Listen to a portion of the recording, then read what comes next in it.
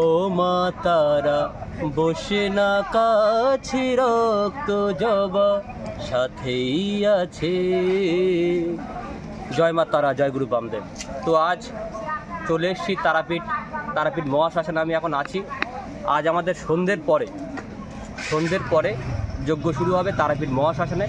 বিভিন্ন তন্ত্রক্রিয়া করা হবে। আমাদের যজ্ঞের স্থান হলো এই যে দেখতে পাচ্ছেন শ্মশানটাকে, এই যে যজ্ঞ অলরেডি আমাদের সাধু মহারাজ গুরুজি সব বসে আছেন। এখানে আমাদের সমস্ত কিছু আসন করা হয়েছে।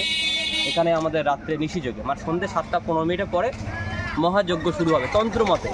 তন্ত্রমতে চিরস্থায়ী প্রতিকার, বিভিন্ন সমস্যার সমাধান, প্রিয়জনকে ফেরানো, বশীকরণ, বিচ্ছেদ, শত্রুনাশ, গ্রহদোষ খণ্ডন, বাস্তুদোষ খণ্ডন।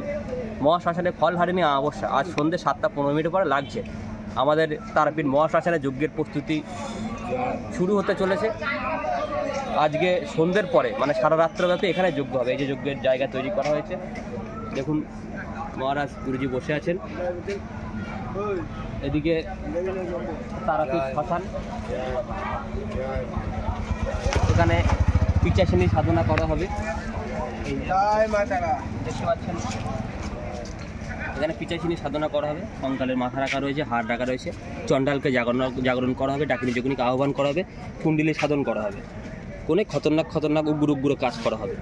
বশীকরণ, মারণ, উচ্চাটন, বিভিন্ন সমস্যার সমাধান। তো আশীর্বাদ করবেন, মা তারার আশীর্বাদে যেন সমস্ত মানুষের সমস্যার সমাধান করতে পারি।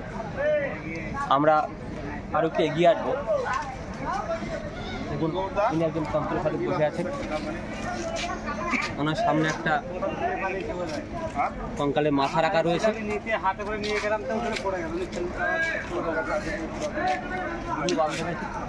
গুরু বামদেবের চরণে আমার সহস্র শতকোটি প্রণাম। আরও একটা জিনিস আপনাদেরকে দেখায়,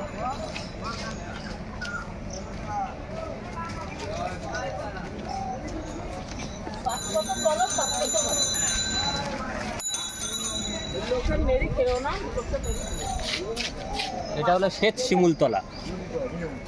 শ্মশানে কাজ করতে গেলে আগে কাল মহাকাল, ডাকিনী, যোগিনী, পিচাস সমস্ত কিছু আহ্বান করে শ্বেত শিমুলতলায় সেটাকে জাগরণ করে কাজে বসতে হয়। শ্বেত শিমুলতলায় দেখতে পাচ্ছেন প্রদীপ জ্বলছে, ধূপটুপ জ্বলছে।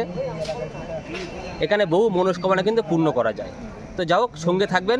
রাত্রিবেলা যজ্ঞের প্রস্তুতির ভিডিও আশা করি দেখাতে পারবো।